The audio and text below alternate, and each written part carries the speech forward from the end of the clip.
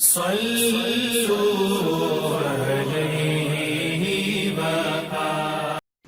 اللہ الرحمن الرحیم۔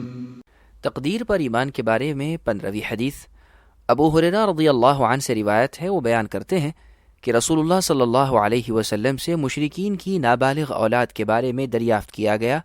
آپ نے فرمایا، اللہ تعالیٰ کو علم ہے کہ انہوں نے کیا عمل کرنا تھا، یعنی توقف اختیار کیا جائے۔ اس حدیث کو بخاری اور مسلم نے روایت کیا ہے۔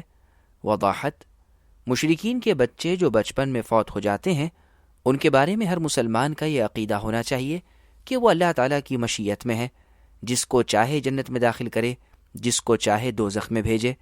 زیادہ صحیح یہ ہے کہ وہ بچے جنت میں ہوں گے۔